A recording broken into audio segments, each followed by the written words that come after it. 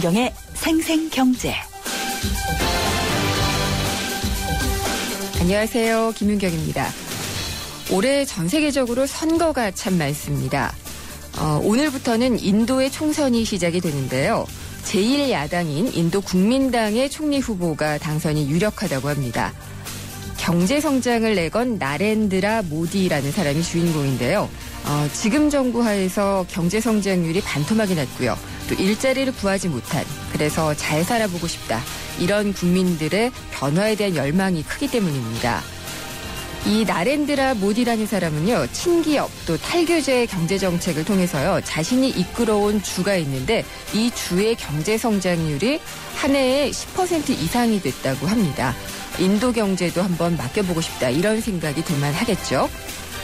최근 프랑스 지방선거에서도 성장을 우선시하는 우파가 승리를 했고요. 일본은 아예 이웃나라야 어찌됐든 자기 나라만 잘 살겠다, 이런 무제한적인 돈풀기, 엔화 낮추기로 경제 살리기에 올인하고 있습니다.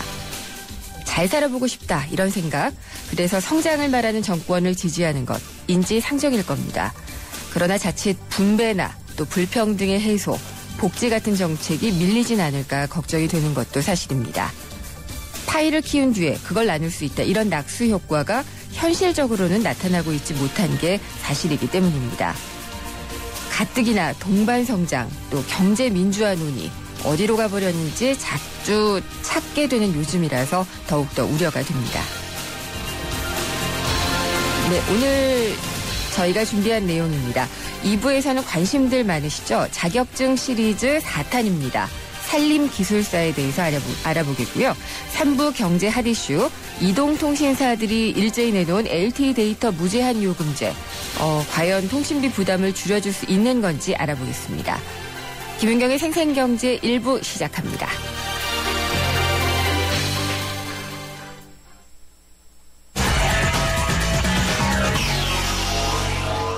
네, 한 주 시작하는 월요일, 증시는 어떻게 끝났을까요? SK증권 명동지점의 김춘석 부장 연결해서 들어보도록 하겠습니다. 안녕하십니까? 네, 안녕하십니까? 오랜만에 인사드리는 것 같네요. 예, 한 주 빠졌습니다. 네, 오늘 시장 어땠나요? 일단 외화 내빈이라고 말씀드릴 수 있을 것 같습니다. 네. 종합주가지수는 1.61포인트 플러스로 끝났는데요. 실질적으로 시장을 보게 되면 오히려 파란 닭이 훨씬 많습니다. 예. 근데 대표적으로 보게 되면 외국인들이 거래소 주식을 한 1,600억 정도 매수를 했습니다. 근데 기관이 한 2,100억 정도 매도를 하다 보니까 오히려 거래소 대형주 몇 개 빼고는 마이너스 요인이 나왔고요. 코스닥 쪽에서도 보게 되면 개인만 매수를 했지 외국인이 한 240억 정도, 그다음 기관이 한 493억 정도 매도를 하다 보니까 네. 종목별로 좀 빠지는 모양을 보였습니다. 그나마 좀 특이한 점이라면 네. 오늘 삼성전자가 지금 플러스 17,000원 정도 나와가지고 상승세를 기록을 했고요. 그동안 좀 하락세를 기록했던 LG전자 같은 경우도 외국인들 매수세에 힘입어서 지금 플러스를 나타내는 그런 강세를 보이고 있습니다. 네. 특히 이제 삼성전자 같은 경우는 내일이 이제 실적 나오는 날이죠. 1사분기 실적이 나오는 날이기 때문에 그 영향을 좀 받은 걸로 보이고 있습니다. 내일 실적인가요? 아니면은 실적 예상치가 나오는 건가요? 일단 가이던스, 실적 가이던스니까는요. 네. 어느 예상치라고 봐야 되겠죠. 그런데 그렇군요. 크게 차이는 안 날 것 같네요. 네, 어느 정도 예상이 되고 있나요? 지금 대충 예상은 8조 4천억 정도의 영업이익을 예상을 하고 있는 것 같습니다. 네. 그래서 작년 4사분기가 이제 8조 1,000억이었는데 실질적으로는 특별 상환금 8천억을 뺀 금액 아니겠습니까? 예. 그러면 4사분기보다는 조금 적은 그런 부분을 나타낼 것 같은데요. 만약 이것보다 더 높게 나타난다고 친다면 오히려 어닝 서프라이즈다, 이렇게 볼 수가 있겠죠. 네, 10조 원에서는 많이 멀어졌네요. 그렇습니다. 예, 그래도 시장의 기대치가 낮은 만큼 진짜 말씀하신 대로 조금 더 좋게만 나와도 시장을 좀 이끌어갈 수 있지 않을까 하는 생각도 드네요. 네, 그렇습니다. 예, 오늘 다른 업종이나 종목 같은 경우에는 좀 어떤 흐름이 특징적이었나요? 지금 그동안 좀 하락세를 많이 보였던 종목군들이죠. 네. 특히 이제 철강이라든가 예? 화학 같은 종목군들인데, 이쪽이 이제 지난 금요일 날입니다. 지난 금요일 날 중국에서 이제 미니 부양책 네. 발표가 됐지 않습니까? 그런데 그 부분 때문에인지 모르지만 어쨌든 철강주하고 화학주들이 아주 강한 반등세를 보이는 모습을 보였고요. 그다음에 이제 오랜만에 조선주 같은 경우도 상당히 강세를 보였습니다. 그래서 현대중공업 같은 경우도 플러스 7,000원, 플러스 3%가 넘는 그런 상승세를 보이면서 끝나서 좀 어떤 강한 모습을 보였고요. 네. 오히려 이제 코스닥 쪽에 있는 종목군들 그동안 이제 틈새 시장 쪽으로 많이 올랐던 것들이라고 할 수 있겠는데 뭐 게임주라든가 이런 부분들 자체가 좀 많은 하락세를 보이면서 대두적인 그런 모습을 보이고 있습니다. 아무래도 좀 숨고르기가 필요한 그런 단계라고 봐야지 될까요? 아무래도 이제 숨고르기 단계라고 보는 게 일단 맞을 것 같고요. 사실은 이 부분 자체가 보게 되면 우리 시장의 취약성을 그대로 보여주는 거다라고 볼 수는 있습니다. 사실 안에 들어있는 그 거래대금 같은 게 적다 보니까 외국인들 매수에 완전히 그 같이 물려 있는 그런 모습을 보이다 보니까는 이게 코스닥과 거래소 같이 옮겨둘 수 있는 그런 부분은 아니라는 부분이 되겠죠. 네. 그러다 보니까 오히려 이제 거래소 쪽으로 외국인 매수가 오다 보니까 코스닥 쪽에 있는 종목군들은 좀 빠지는 그런 모습을 보이고 있고요. 그다음에 이제 그 외국인의 뭐 매도를 받아낼 수 있는 기관도 오늘은 매도로 일관을 하다 보니까 네. 오히려 거래소 중소형주 그다음에 뭐 코스닥 종목군들은 빠지는 그런 모습을 보였다 이렇게 볼 수 있을 것 같습니다. 그러면은 뭐 철강 이런 종목들을 뭐 중국 관련주 이렇게 얘기를 할 수 있나요? 일단 갖다 붙이는 거고요. 사실은. 네. 보게 되면 사실 철강 관련주들 이런 부분들 자체가 사실 그렇게 업황 자체가 좋아진 건 아니거든요. 그렇죠. 왜냐하면 글로벌리하게 보게 되면은 사실은 공급이 수요보다 워낙 많은 그런 상황이다 보니까 그런 부분이 있는데 이제 뭐라고 그럴까요? 이제 산업 합리화라고 그래야 될까요? 네. 중국 쪽에서도 보게 되면 사실 철강이라든가 이런 쪽은 좀 합리화 과정을 좀 거치고 있어요. 그렇죠. 산업 구조적으로 좀 거치고 있다 보니까 그런 부분에 어떤 영향을 좀 받을 수 있지 않겠느냐는 어떤 기대감 그리고 그동안 또 많이 빠진 거에 대한 기대감 그리고 이제 하나 더 덧붙이면 요새 계속 말씀드리는 부분인데 롱숏 펀드라고 그러잖아요. 그러니까 하락한 종목은 계속 공매도를 쳐서 더 빼다가 이제는 어느 정도 왔다는 얘기죠, 이제. 밸류에이션으로 봤을 경우에 좀 적정가격 이하로 내려왔다는 생각이 들다 보니까 그런 쪽에 좀 매기가 쏠리는 그런 모습이 있는 것 같아요. 그래서 이 부분 자체를 기술적이라고 보기는 좀 어렵지 않겠느냐 그런 생각을 해보고 있습니다.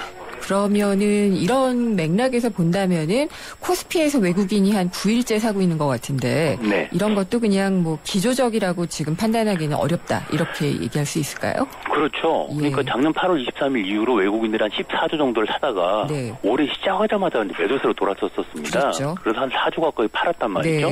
그런데 이제 오늘 1600까지 합치면 한 3주 정도 사는 것 같아요. 그럼 아직도 팔아놓은 곳이 한 1주 정도 남아있다는 부분이 있고요. 거꾸로 작년하고 합쳐서 보게 되면 오히려 여지가 더 많다고 볼 수가 있겠죠.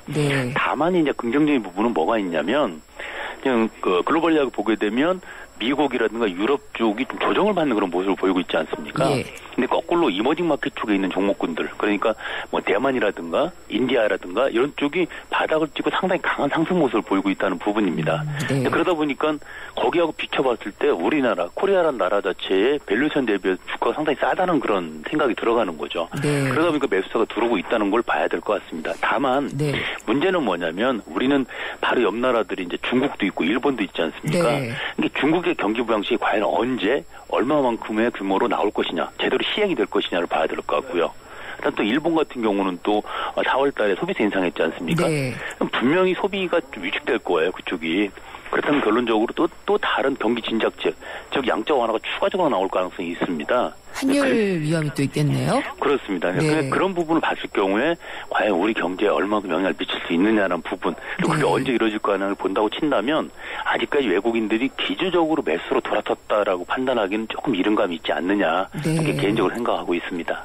계속 뭔가 좀 맥이 잘 안 잡히네요. 좀 불투명하죠. 보니까. 그러면은 이번 주에는 가장 큰 건 아무래도 삼성전자 실적이라고 봐야지 될까요? 그렇습니다. 일단 내일 나오는 가이던스 부분인데요. 뭐 삼성전자라는 개별 주식 하나가 아니지 않습니까? 여기에 따라 물려 들어가는 뭐 휴대폰 부품주라든가 여러 가지 것들이 있다 보니까 일단 삼성전자가 가이던스만큼만 나와줘도 시장에는 긍정적인 영향을 미칠 수 있을 것 같고요. 오히려 가이던스를 오버히팅한다면 상당히 큰 반향을 불러일으킬 수도 있습니다. 기대치가 낮아졌다는 점이 좀 긍정적인 것 같긴 하네요. 그런 면도 있습니다. 오늘 말씀 잘 들었습니다. 감사합니다. 네, 감사합니다. SK증권 명동지점의 김춘석 부장이었습니다.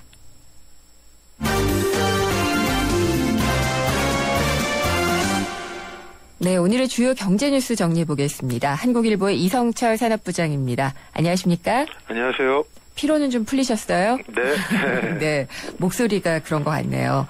예. 그레이존의 해소 제도가 추진된다. 그레이존이 뭔가요? 정부가 지금 이제 규제 완화를 위해서 뭐 여러 가지 제도들을 강구하고 있는데요. 네. 그 중에 하나로 이제 거론이 되고 있는 게 이 그레이존 해소 제도라는 겁니다. 네. 그러니까 기업이 어떤 사업을 새로 어떤 기술을 개발하거나 제품을 만들거나 혹은 새로운 사업에 투자를 할 때 예.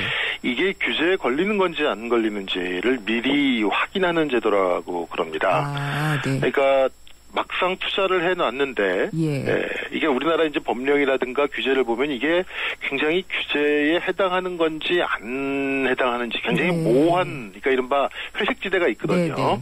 근데 이제 미리 이거를 확인을 하고 이게 만약에 해봤자 규제 때문에 안 될 거라면은 미리 포기를 하는 게 나은 거고요. 예. 그렇지 않고 이거는 충분히 될 수 있다라고 판단되면 기업들로서는 뭐 과감히 투자를 할 수 있는 건데 그거를 미리 확인해 볼 수 있는 그런 제도라고 합니다. 네. 이런 것들을 지금 정부가 검토하고 있고 현우석 기획재정부 장관도 얼마 전에 기업이 투자를 했다가 나중에 규제 때문에 문제가 생긴 경우 또 투자가 막힌다거나 또 세제 혜택을 받지 못하는 경우 이런 경우가 굉장히 낮은데 투자 전에 이것을 명확하게 해준다면은 기업으로서는 투자를 실행하는데 상당히 도움이 되지 않겠느냐 네. 이런 얘기도 했었습니다. 예. 이 제도를 지금 도입한 데가 일본이라고 합니다. 금년 1월부터 시행을 하고 있는데 기업들의 투자 독려를 위해서 신규 사업을 추진하기 전에 규제 적용 여부를 1개월 안에 미리 확인할 수 있게 해준다고 합니다. 실제 이제 이 제도를 통해서 효과를 본 게 이제 닛산 자동차의 이제 어떤 투자건이었는데요. 닛산 자동차는 이 운전자가 만약에 심장마비와 같은 상황 때문에 긴급 상황에 처했을 때 네. 컴퓨터가 자동적으로 자동차를 이제 멈춰주는 이제 네. 그런 그 자동 정지 장치를 개발을 해왔다고 합니다. 네. 근데 이 장치가 과연 실제 차량에 부착되었을 때 이게 통과가 될 수 있는 건지 문제는 없는 건지 이런 것 때문에 굉장히 애매한 상태였는데 정부하고 미리 의사 타진을 했고 정부에서는 논의 끝에 이것이 상용화돼도 문제가 없다 이런 판정을 해줘가지고 닛산 자동차는 이런 장치를 부착한 자동차를 이제 만들 수가 있게 된다는 겁니다. 됐다는 거예요. 그래서 그레이존 해소 제도의 이제 첫 합법 사례가 되는데 사실 얼마 전에 우리나라도 이제 이 삼성전자 갤럭시 S5가 거기 이제 그 심박 그 측정 장치를 부착을 했는데 이게 현행법상으로는 이게 의료기기로 분류가 돼가지고 이게 안 될 뻔했었지 않습니까? 그러다 이제 사후적으로 이건 된다라고 해가지고 이제 결국 갤럭시 S5 출시에는 문제가 없었는데 이런 것들을 사후적으로 이렇게 할 것이 아니라 미리 검토하고 미리 확인할 수 있다면은 훨씬 더 기업들이 이 투자를 하고 또 새로운 기술을 개발하고 새로운 상품을 만들고 하는데 굉장한 자극이 되지 않겠느냐 해서 이런 걸 도입한다 그러는데 굉장히 좋은 취지라고 생각이 듭니다. 예, 그러니까 사전에 비용을 덜 들일 수 있고 그럼요. 효율적으로 추진할 수 있으니까요. 그렇죠. 이제 막상 개발했는데 사실 규제라는 게 이렇게 흑백이 명확한 게 꼭 아닙니다. 보면은 그 중간에 굉장히 적용 여부에 따라서 이렇게 보면은 될 수도 있고 안 될 수도 있는 건데 뭐 이런 제도 도입되면 기업들한테 굉장히 도움이 될 것으로 보입니다. 그러게요. 그리고 기술 개발을 통해서 또 이런 부분이 더 많아지고 있는 것도 같고요. 그렇죠. 예, 알겠습니다. 기업을 위한 그런 것이기도 하고 또 정부를 위한 것이기도 하고요. 네. 국민의 절반 가까운 수가 장기 기증 의향이 있다. 이렇게 조사가 됐네요. 네, 지금 정부에서는 이 장기 기증을 뭐 이걸 막 독려할 건 아니지만 어쨌든 많은 선진국들이 이 사후 장기 기증이 굉장히 좀 활성화되어 있습니다. 그리고 시민들의 어떤 자발적인 참여가 많이 유도가 되고 있고 그것은 뭐 의학적으로나 뭐 여러 가지 물론 이건 본인의 선택의 문제이기도 하고 뭐 본인의 신념의 문제이기도 합니다만 많은 선진국들은 이것이 활성화되어 있는데 그래서 우리나라도 이 질병관리본부에 장기이식관리센터라는 곳이 있는데 여기서 작년 12월부터 금년 1월까지 성인 남녀 1000명을 대상으로 이 장기 기증에 대한 인식을 조사를 했다고 합니다. 근데 전체 응답자의 어떤 97%가 일단 장기 기증에 대해서 들어본 적 있다라는 답이 나왔고요. 만약 본인이 실제 장기 기증 의향이 있느냐 라고 이렇게 물어봤더니 네. 47.7%, 그러니까 48%가 의향이 있다라고 대답을 했고 52%는 의향이 없다 이렇게 대답을 했다고 합니다. 거의 반반이네요. 네, 반반이었습니다. 장기 기증 의향이 없는 분들에게 그 이유를 물어봤더니 절반 정도는 그냥 막연한 두려움이라고 얘기를 했고요. 네. 또 40%는 신체 훼손에 대한 어떤 꺼림직함 이런 거에 대한 얘기를 했고 또 복잡한 등록 절차를 얘기하신 분들도 한 7%쯤 됐다고 합니다. 장기 기증 의향이 있는 응답자들 중에서는 한 15%는 이미 실제 장기 기증 등록을 했고요. 네. 의향이 있음에도 아직 등록하지 않은 분들 가운데는 기증 의사는 있는데 막상 하려고 하니까 좀 주저하게 된다 뭐 이런 얘기도 있었고 등록 방법을 모른다는 대답도 있었는데 이게 장기 기증이 생전에 본인이 장기 기증 신청을 한다 하더라도 사후에 정말로 가족 동의가 필요하다고 합니다. 그렇죠. 실제 장기 기증이 이루어지려면은 네. 가족 동의가 있어야 되는데 그 사실을 모르는 분들도 한 48%쯤 된다 그러니까 한 절반쯤 되는데 그 미국 같은 경우는요. 저도 예전에 이제 미국 연수를 갔을 때 네. 그때 경험했던 건데 이렇게 운전면허를 신청을 할 때 장기 기증 거기다가 이렇게 표시를 하게 돼 있더라고요. 할 의향이 있느냐. 네. 그래서 거기 체크하기도 하고 만하기도 하는데 뭐 이건 사실 뭐 강요할 문제는 아니고 어디까지나 본인의 의사 뭐 여러 가지 신념 이런 거와 맞물린 문제이기 때문에 이건 뭐 하는 게 뭐 옳은 것이다 안 하면 나쁜 것이다 이렇게 볼 문제는 분명히 아닌 것 같고요. 다만 자발적인 장기 기증이 활성화된다면은 네. 그것은 어떻게 보면 이제 또 한 생명에게 또 장기가 필요한 생명에게 그 생명에 어떤 정말 희망을 주는 것이기도 하고 또 여러 가지 의학적인 용도로 사용될 수 있는 부분도 있고 네. 이것은 차근차근 어떤 공론화를 통해서 확산돼 나가는 게 바람직하지 않을까 생각이 됩니다. 네. 이 부장님은 그럼 그때 어떻게 체크하셨어요? 저는 그때 외국인 신분이어가지고요, 사실은. 네. 이게 뭐 어떻게 표시할 그런 것이 없었는데. 네. 주변에 사실 요즘 뭐 저도 만나면 이 부분에 대해서 저는 아직 이거를 네. 뭐 이렇게 의사 표현을 한 적은 없는데. 네. 많이들 요즘 얘기를 하고 있습니다, 사람들이. 네. 그러니까 뭐 이게 진짜 옳다 그르다의 판단은 아닌데 상당히 네. 많은 장기들이 또 필요하다 보니까 네. 예, 인식을 바꿔간다면은 뭐 차분하게 좀 이뤄지지 않을까라는 생각도 좀 드네요. 그렇습니다. 네. 네. 그리고 또 국내 근속연수 최장 기업 가장 직원들이 오래 있는 기업이 KT군요. 네. 네. 취업 포털 사람이니 이 매출액 상위 100대 기업 중에 이제 한 80개사 정도의 사업 보고서를 놓고 분석을 해보니까 네. 우리나라 임직원들의 이 근속 기간이 가장 긴 회사가 KT로 나왔다고 합니다. 네. 19.9년. 그러니까 임직원 평균 근속 연수가 20년이라는 거죠. 예. 그러니까 직원들이 오래 다닐 수 있다는 근속하고 있다는 회사는 참 좋은 회사입니다. 여러 가지 그렇죠. 면에서 네. 여러 가지 면에서 좋은 회사라는 뜻이고. 그 순위를 보면은 여천 NCC가 19년, SK에너지, 한전, 포스코, 기아자동차, 현대중공업 이런 회사들이 다 18년 이상 평균 근속으로 나왔습니다. 네. 금융권에서는 외환은행이 17.4년으로 평균이 제일 길었고요. 남녀별로 보면은 남성의 근속 연수가 제일 긴 기업은 국민은행이었다고 합니다. 네. 21년 정도가 나왔고요. 여성은 KT, 여성 평균 근속 연수가 18년, KT 굉장히 긴 거죠. 네. 중간에 무슨 육아 여러 가지 뭐 출산 것 이런 이 중간에 그런 이 현실적인 부분들도 있었을 텐데. 네. 어쨌든 이 한번 입사를 해서 이렇게 직원들이 오래 다닐 수 있다. 굉장히 좋은 회사고 부러운 회사인 건 분명한 사실인 것 같습니다. 근데 이제 그렇게 되면 이제 그런 것도 있을 것 같아요. 이렇게 근속을 오래 하려면은 뭐 많은 것들을 또 줘야 되잖아요. 그렇죠. 비용이 많이 발생이 할 것이고 네. 그런 비용이 또 이런 국민의 호주머니에서 나간 것이 아닌가. 네, 그런데 이제 공기업들 같은 경우에는 이제 이런 부분 때문에 이제 시내 직장이라고 이제 네. 얘기를 하는데, 어쨌든 임직원들 입장에서 긍정적으로 본다면, 네. 회사에 들어가서 믿고 오래 다닐 수 있다라는 거는 사실은 그 회사 임직원 입장에서 본다면 참 좋은 회사인 건 분명한 사실이죠. 이제 그렇죠. 그러나 그런 것이 어떤 과다한 복리후생이라든가 네. 또 국민 내지는 주주들한테 돌아가야 될 몫을 빼는 형태로 나타나게 됐다면 그것도 그 차원에서 또 비판을 받아야 될 부분도 있을 것이고요. 예, 근속하면서 여성들이 승진도 많이 했는지 이런 것들도 좀 궁금하고 그러네요. 그건 안 나왔네요. 네, 그런 부분들을 항상 이제 궁금해하는데 통계가 여기까지 끝나는 경우가 상당히 많이 있어요. 예, 오늘 말씀 잘 들었습니다. 감사합니다. 예, 한국일보 이성철 산업부장이었습니다. 생생경제 1부 지금까지 함께 하셨고요. 2부에서는 많은 분들 관심 갖고 계십니다. 자격증이 궁금하다. 네 번째 시간인데요. 오늘은 산림기술사 자격증에 대해서 자세히 알아보도록 하겠습니다. 잠시만 기다려주세요.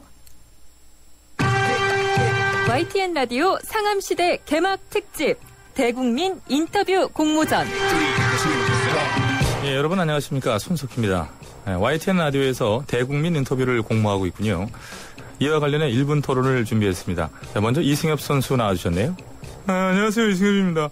근데 인터뷰는 기자들만 하는 거 아니에요? 류중일 감독님이라든지 준혁이 형 이런 분들, 이런 사람들 해도 되는 거예요? 배출습니다. 여기 내용을 보니까요. 1위에서 5위까지는 총 상금 500만 원과 선물도 있어요. 그럼 저도 응모해도 됩니까? 나는 저 배칠수 씨를 좀 만나야 돼요. 예, 알겠습니다. 이쯤에서 정리를 좀 해야 되겠는데요. 그러니까 내용을 보면 누구나 인터뷰를 할 수 있고 그것이 선정되면 상금까지도 받을 수 있다. 이렇게 정리하면 되는 거죠. 청취자 여러분들의 많은 참여 기다리고요. 1분 토론은 여기까지 하겠습니다. 안녕히 계십시오. 문의사항은 홈페이지 팝업을 참조하시기 바랍니다. 1, 2, 3, 4 Show me what you got.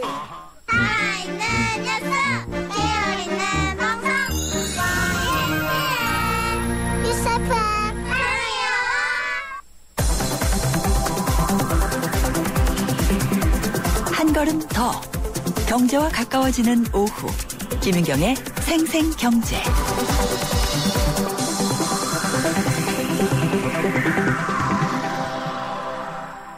세상의 베이스가 되다 포스코 협찬으로 김윤경의 생생경제 2부 시작하겠습니다.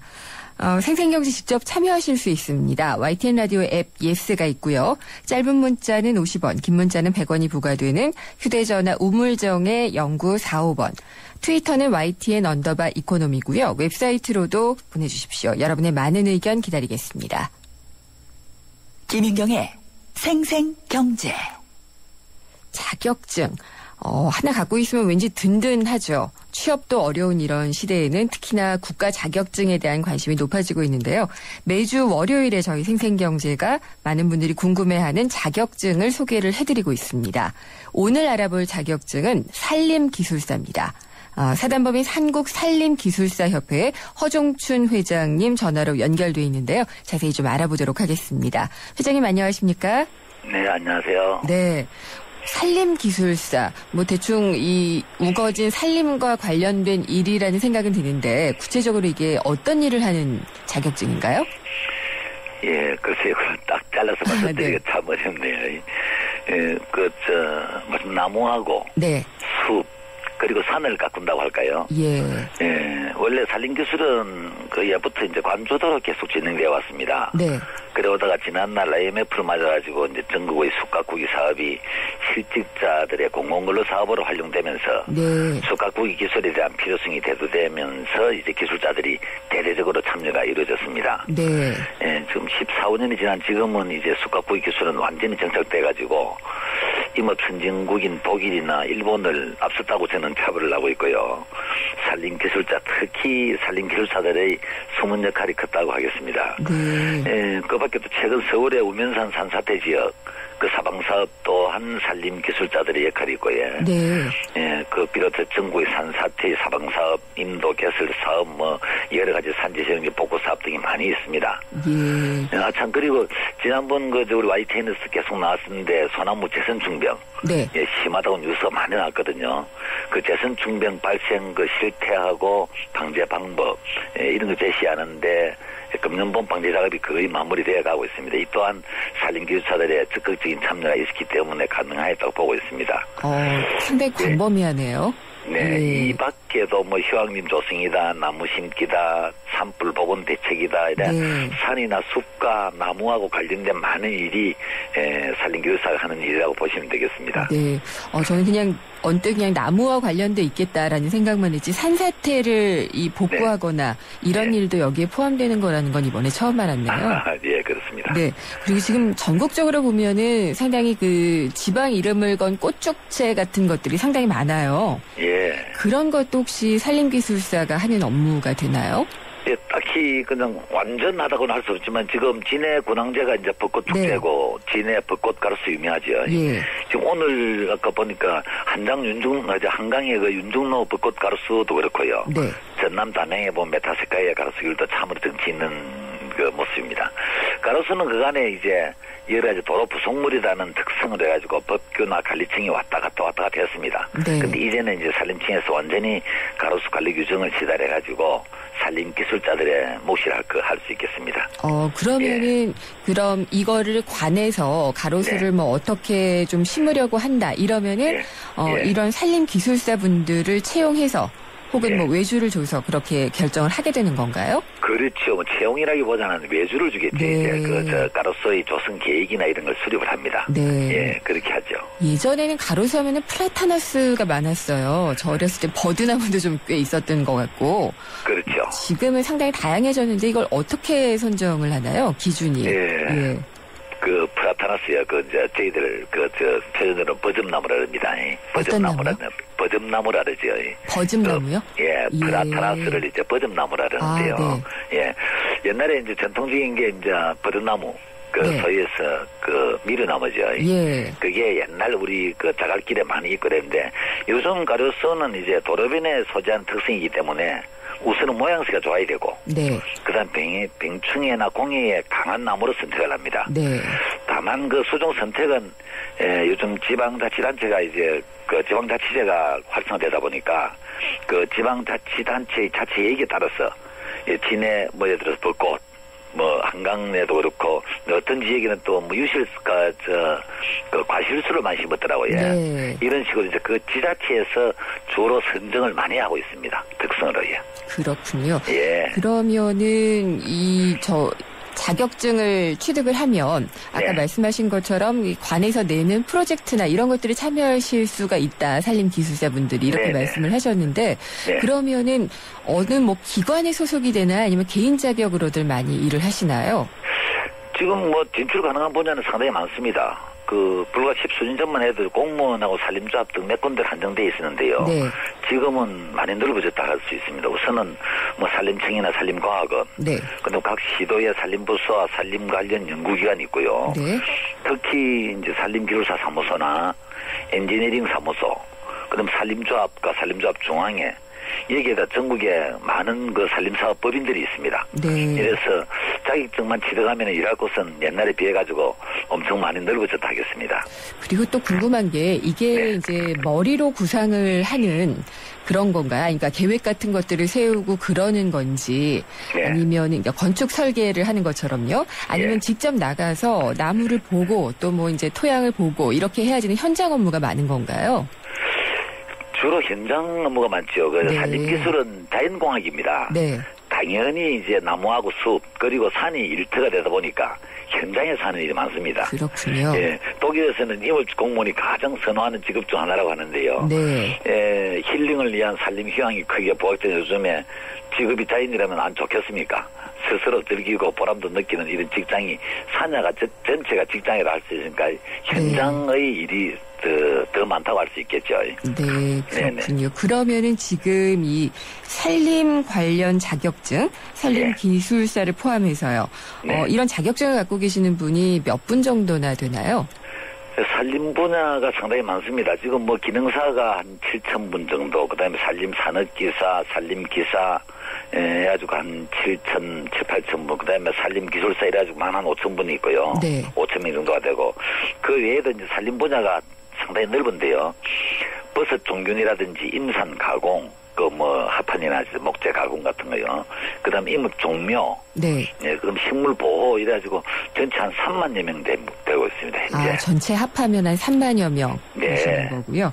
네네. 그리고 이제 취득하신 분들 중에 이제 현장 업무가 많다고 하셔서 더 그런데 여자분들도 많으신가요? 예, 지금 정확한 숫자로서 통계는 가지고 있지 않습니다만은, 산림기사 이하의 자격증 소유자 중에서는 여성 비중이 상당히 높은 게 사실입니다. 네. 글쎄요, 약 한 20, 30% 정도 될까요? 그런데 아직 산림기술사는 여성이 배출되어 있지를 못합니다. 왜 그렇죠? 아직까지는 과거 산림 현장이 말씀하신 대로 주로 남자들의 일터다 보니까 경력을 요청을 하는 요구를 하는 기술사는 경력이 짧은 이제 여자 기술자들이 최근에 많이 들어오다 보니까 그런데 이제 곧 여성들의 산림기술사 진출도 곧바로 이루어지지 않나 이렇게 생각되고 있습니다. 네, 여성 대통령도 있는데. 그렇죠. 네, 그러니까 진출하기 어려운 분야는 없다는 생각이 들기는 해요. 그렇습니다. 근데 이 자격증 따기 위해서는 역시 또 준비가 얼마나 필요하냐 이것도 관심사인데요. 응시할 수 있는 이 나이 제한이 있거나 혹은 뭐 전공 제한 같은 게 좀 있나요? 나이 제한은 없습니다. 나이 제한은 없고 이제 전공은 우리나라 자연과학이 전부 다 그렇습니다. 일단은 전공 대학 전공 과목을 요청을 하고 있습니다. 다만 대학 전공이 없을 경우에는 이제 경력으로 전공을 대신할 수 있도록 그렇게 이제 문은 다 열어놨죠. 경력에 대해서는 인정을 좀 넓게 해주는 편인가요? 그것은 아주 넓게 해주고 있습니다. 경력 유사 경력이 많기 때문에 뭐 같은 유사 직종이 워낙 많으니까 산림 분야 전공을 하지 않았더라도 경력으로서 전공을 대신할 수 있는 길이 많이 넓혀져 있습니다. 네. 그리고 필기하고 실기는 뭐 어느 정도 난이도라고 할까요? 글쎄 난이도가 종전에는 기술사들이 이제 한 100명 시험 치면 한 3명, 2명이라도 한 2, 3%밖에 안 나왔었어요. 안 나왔었는데 최근에는 상당히 많이 한 10% 내외로 한 5%에서 10% 내외로 지금 합격률을 보이고 있고요. 과목은 산림기술사들이 지금 나무 심기하고 가꾸기, 그다음 산림 경영이나 산림 토목, 그다음에 임목의 수학하고 임업기계 같은 과목을 치고 있습니다. 그런데 기술사는 전 똑같아요. 우리나라 기술사 시험은 필기 시험이 100분씩에서 4시간. 400분을 논술형으로 치고요. 그 다음에 이제 거기 합격하고 나면은 출제관이 면접관이 한 3분쯤 앉아가지고 한 30분간 한 사람 앉혀놓고 집중적으로 검증을 하지요. 검증을 해가지고 자기 된다 안 된다 이래가지고 이제 면접 시험을 하고 있습니다. 그게 실기 시험인가요? 그렇죠. 시험은 1년에 몇 번 있어요? 기술사는 지금 2번 있습니다. 1년에 2번. 기술사는 1월 3일 날 지난번에 접수를 했었고요. 이제 오는 6월 27일 날부터 또 접수가 있습니다. 그다음 8월 3일에 필기 시험이 있네요. 혹시 학원에 꼭 다녀야 되나 아니면 혼자서도 준비할 수 있나요? 글쎄요, 저는 혼자서 했습니다. 혼자서 했고요. 학원에서는 이게 워낙 좋다 보니 학원에서는 지금 가르치고 있는 데가 없습니다. 없고 아마 산림조합 중앙회에서 3개 훈련을 지금 운영하고 있는데요. 그래서 강릉에 있는 임업기계 훈련을 가면은 기술사나 양성 과정이 있는 걸 알고 있어요. 네, 알겠습니다. 자세히 말씀 잘 들었습니다. 감사합니다. 사단법인 한국산림기술사협회의 허종춘 회장이었습니다. 생생경제를 다양하게 만나는 방법. YTN 라디오 앱 예스와 웹사이트 김윤경의 생생경제 또는 트위터 YTN_이코노미로 실시간 듣기와 다시 듣기를 하실 수 있고 방송 내용에 대한 문의와 의견을 주실 수 있습니다.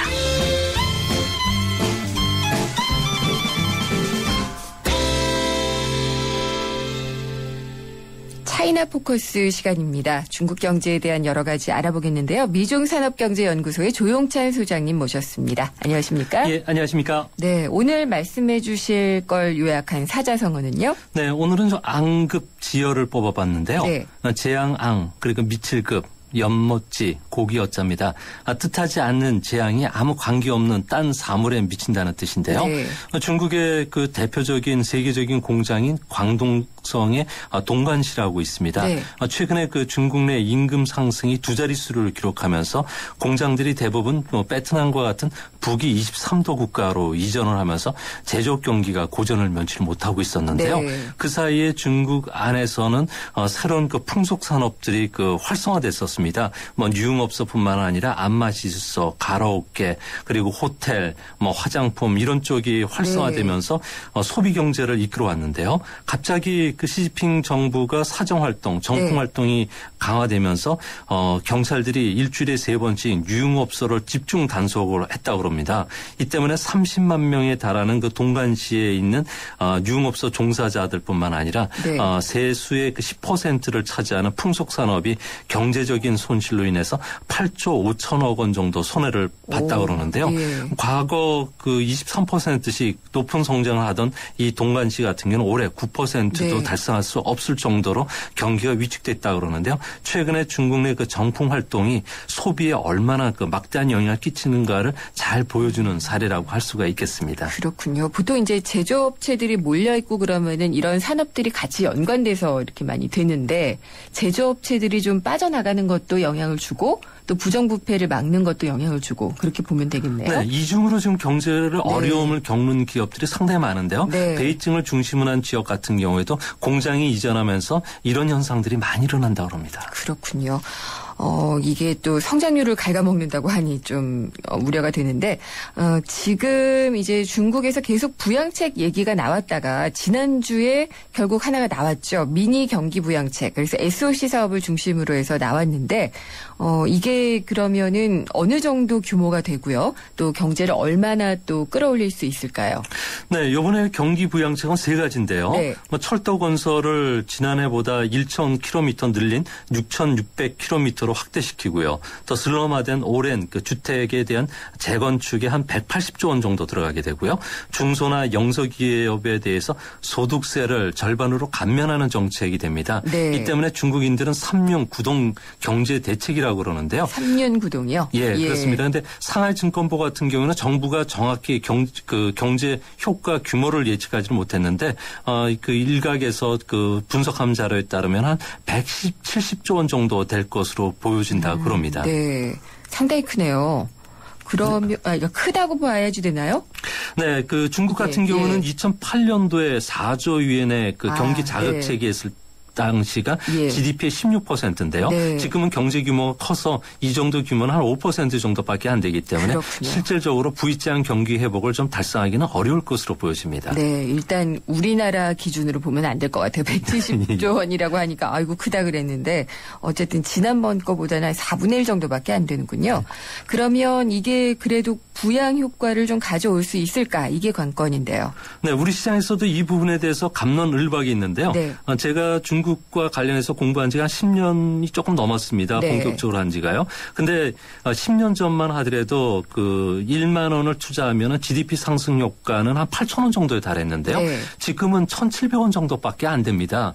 그런 측면에서 보면은 현재 추진하고 있는 환경이나 서비스 산업도 전체 투자에서 차지하는 비중이 16%에 불과하기 때문에 실제 경기를 끌어올리는 효과가 상당히 약합니다. 근데 주시장에서 먼저 반응하고 경기 민감주들이 움직이는 것은 중국 경제를 자동차로 한번 비유해서 제가 설명을 드리면요.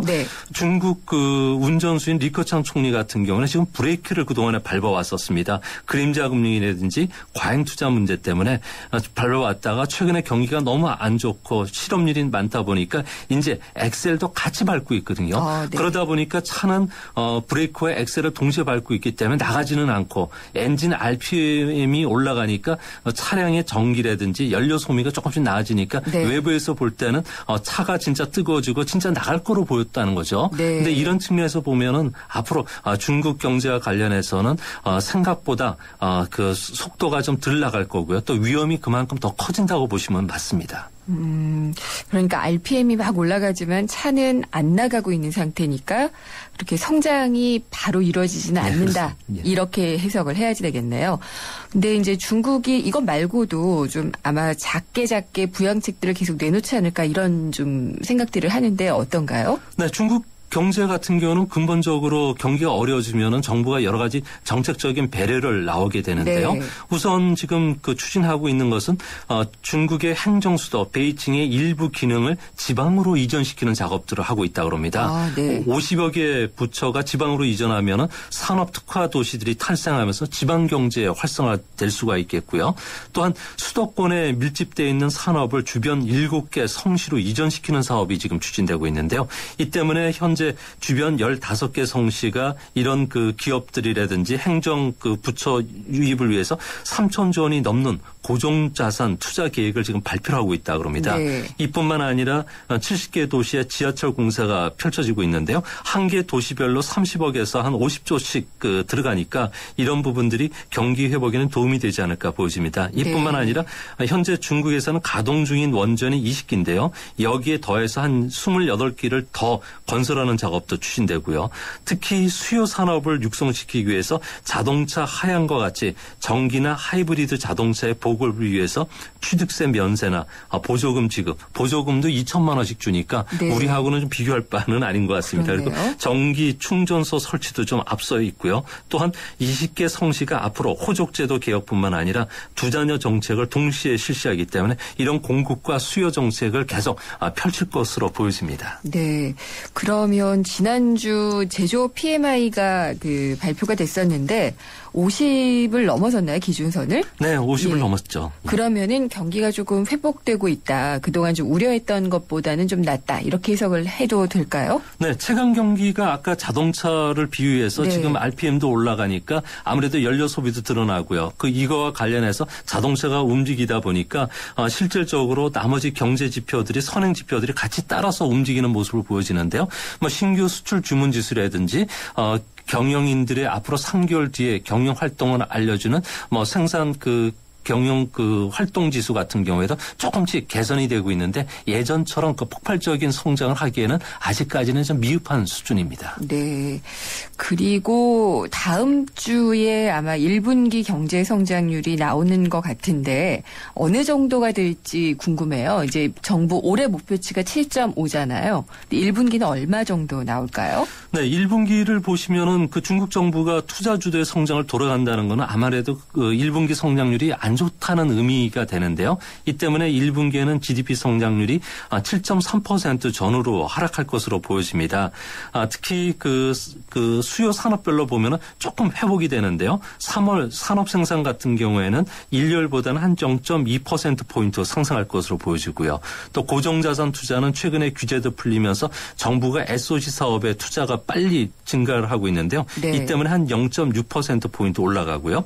특히 소매 판매 같은 경우에도 전달보다는 0.2%포인트 높아지면서 수요 산업을 중심으로 해서 조금 경기가 회복되고 있기 때문에 우리나라의 대중국과 관련된 경기 민감주들이 아무래도 다음 주에 발표되는 경제 지표를 앞두고 조금 움직이지 않을까 보여집니다. 그러면 7.3%가 나오면은 성장이 더뎌졌다라고 보는 것보다는 어느 정도 그래도 선전하고 있다라고 봐야지 되는 성장률인가요? 그렇죠. 중국 같은 경우는 현재 SOC 사업이 본격적으로 추진되기 네. 때문에 이게 2분기부터 집행이 되면 네. 2분기는 1분기 7.3을 바닥으로 해서 서서히 회복될 가능성이 높기 때문에 그런 측면에서 봤을 경우에 중국 경제는 지금 바닥을 통과하고 있다고 보시면 맞을 것 바닥을 같습니다. 통과하는 그런 걸로 보면 되겠다. 그리고 이제 7.3%가 나오면 어쨌든 부양 기조는 계속된다라고 또 해석할 수 있을 거고요. 네, 앞으로 뭐 재정 정책이라든지 네. 금융 완화 정책도 계속 나오지 않을까 보여집니다. 알겠습니다. 지금은 위안화가 어떤가요? 네, 현재 1달러에 6.21 유엔에서 거래가 되고 있는데요. 네. 아무래도 중국 같은 경우는 경제 지표가 조금 안 좋아지고 수출 기업이 어렵다 보니까 중국 정부가 인민은행을 통해서 시중은행으로 하여금 달러를 지금 매수하는 그런 모습을 보여주고 있습니다. 앞으로 7월 달까지 물가 상승 압력이 거세지고요. 또 5월 달부터는 무역 흑자가 늘어나기 때문에 현재 위엔화는 더 이상 절하되기보다는 이제는 바닥을 찾으면서 서서히 다시 절상되는 추세로 돌아서지 않을까 보여집니다. 아, 그렇군요. 그러면 위안화는 지금까지 낮아졌던 것이 다시 또 올라가는 경기와 함께 같이 움직인다고 보면 되겠군요. 네, 그렇게 보시면 맞을 것 같습니다. 네. 그리고 지금 지방 정부들 보면은 주택 구입 제한 규제를 좀 완화하는 것 같다. 이런 움직임이 좀 있는데 지금 부동산은 계속 버블이다. 이런 얘기가 나왔는데 이걸 또 완화하면은 반대되는 거 아닌가요? 네, 지금 가격 측면에서 보면은 대도시의 그 3월 주택 거래량 같은 경우에는 네. 40%나 감소했고요. 예. 미분양 주택이 작년에 비해서 16% 정도 늘어났고요. 고급 주택이 하락하면서 일반 주택까지도 가격을 떨어뜨리는 모습입니다. 네. 하지만 항저우라든지 주변 도시들 같은 경우에는 아무래도 경기 부양을 할 수밖에 없는데요. 네. 아무래도 부동산이 중국 경제의 지주 산업이다 보니까 가격이 급락할 경우에는 성장을 네. 지탱해 줄 만한 새로운 산업이 없기 때문에 그렇습니다. 알겠습니다. 주택 버블이라도 예. 그 부동산을 띄우려는 움직임이 참 안타깝다는 생각이 듭니다. 알겠습니다. 말씀 잘 들었습니다. 감사합니다. 예, 감사합니다. 미중산업경제연구소의 조용찬 소장이었습니다. 전 세계를 열광시킨 그가 돌아온다. 더 강력해진 적들의 등장. Nothing is what I thought it was. This is bigger than you, Peter. 진짜 전쟁은 지금부터다. Let's go catch a spider. 어메이징 스파이더맨 2. 4월 24일 대개봉. 12세 이상 관람가.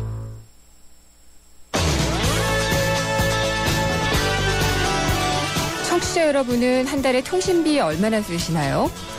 2G에서 3G, 또 3G에서 LTE로 진화를 하면서 통신비가 상당히 많이 늘었습니다. 그러다 보니까 상대적으로 알뜰한 알뜰폰을 찾는 사람들도 늘어났고요. 근데 최근에 이 LTE 데이터 무제한 요금제 새로 무더기로 나왔는데 이게 과연 소비자들에게 혜택을 주는 것이냐 아니냐 논란이 일고 있습니다. 자세한 내용을 내시 뉴스 듣고요. 생생경제 3부에서 짚어보도록 하겠습니다.